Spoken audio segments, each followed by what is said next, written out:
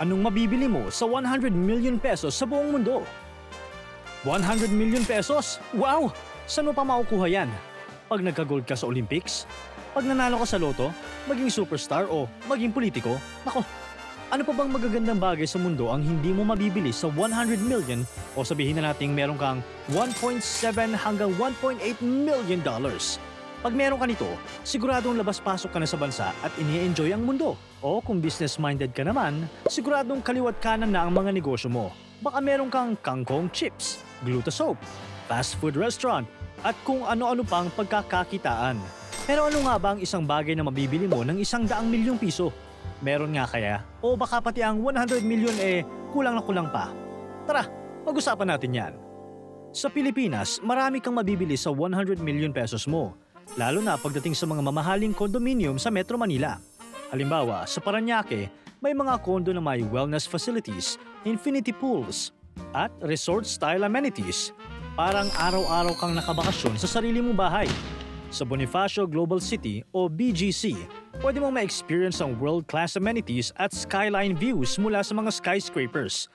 Walking distance lang din ang high-end shopping malls at restaurants. Kaya napakadali ng buhay para sa mga mahilig sa luxury at convenience. At sa Makati, may mga condo na may private elevators at personalized white glove service. Dito mo talaga mararamdaman na parang VIP ka sa sarili mong bahay. Kung ganito ang tirahan mo, masasabi mong nasa tuktok ka na ng tagumpay.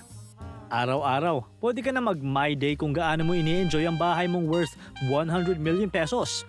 100,000 pesos na bill ng kuryente, 50,000 sa tubig at libu-libong association dues. Pero ang 100 million, mura na yan dahil meron pang mga bahay na inaabot pa ng kalahating bilyon. Para ka nang tumira sa palasyo. Bukod sa kondo, sa 100 million pesos mo, makakabili ka na rin ng isla o kaya naman resort sa Palawan, Boracay o Siargao.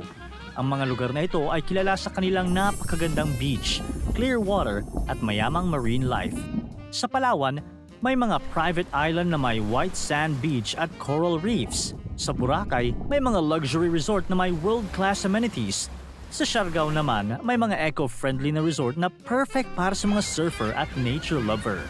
Pero kung bibili ka ng isla, siguraduhin mo na hindi mo to gagawing minahan o subdivision at wag mong sisirain. Halimbawa, iwasan ang pagputol ng mga puno, pangangaso ng mga hayop o mga development na makakasira sa kalikasan.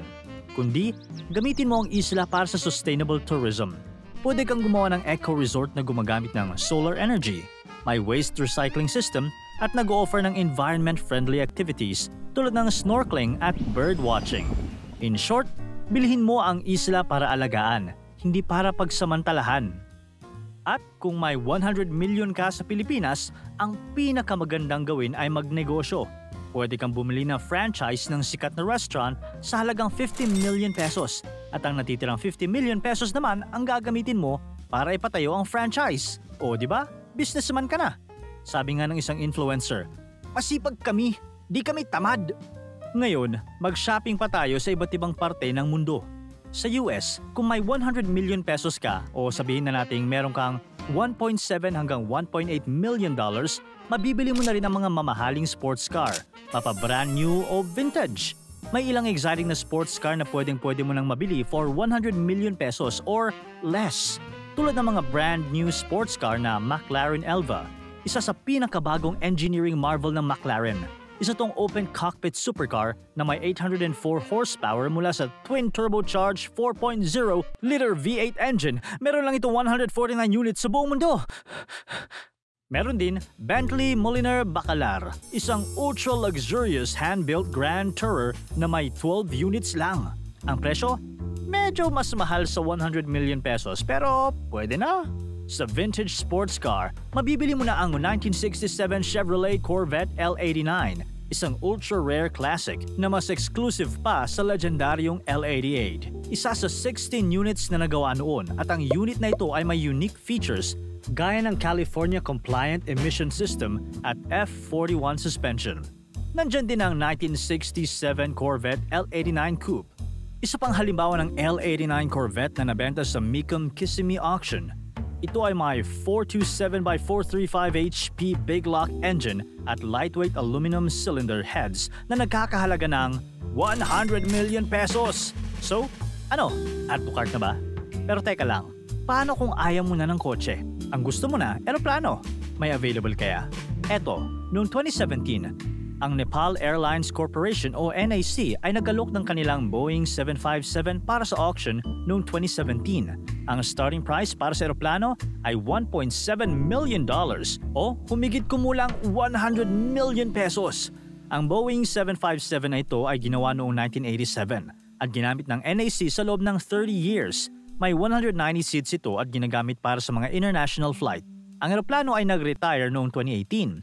Kahit na medyo luma na, ang Boeing 757 ay kilala sa kanyang reliability at fuel efficiency.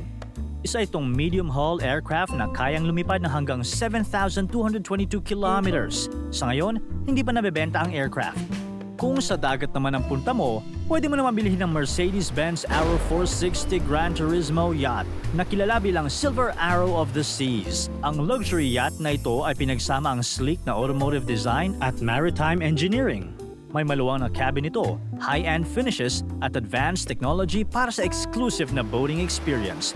At mabibili mo ito sa halagang 100 million pesos. O di ba? Imagine, pag nabili mo ito, patambay-tambay ka na lang sa dagat, umiinom ng mamahaling wine habang pinagmamasdan ng mga ibon na lumilipad.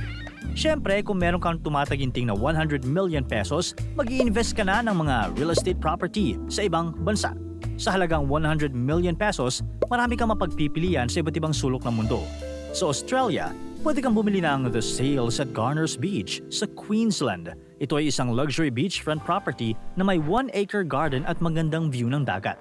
Sa Silicon Valley, California, may 384 square foot na bahay sa Cupertino. Bagamat maliit ang bahay, ang lote nito ay 7,841 square feet at malapit sa mga sikat na tech companies katulad ng Apple. Parehong nagkakahalagang humigit kumulang 100 million pesos lang.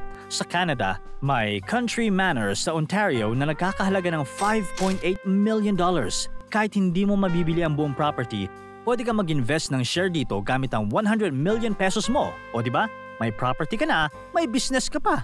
At ito, kung mahilig ka naman sa art, bakit hindi ka bumili ng mga paintings? Isa sa mga pinaka-interesting na artwork na mabibili mo sa 100 million pesos mo ay ang Images of a Woman. Isang painting na ginawa ng The Beatles noong 1966 sa isang hotel room sa Tokyo. Noong 2024, nabenta ito sa halagang humigit kumulang 100 million pesos sa Christie's Auction House sa New York. Nakakatuwa kasi ang kwento ng painting na ito. Noong 1966, habang nasa Japan tour ang The Beatles, nalock sila sa kanilang hotel room dahil sa safety concerns. Para maalis ang kanilang boredom, gumamit sila ng mga art supplies na regalo sa kanila.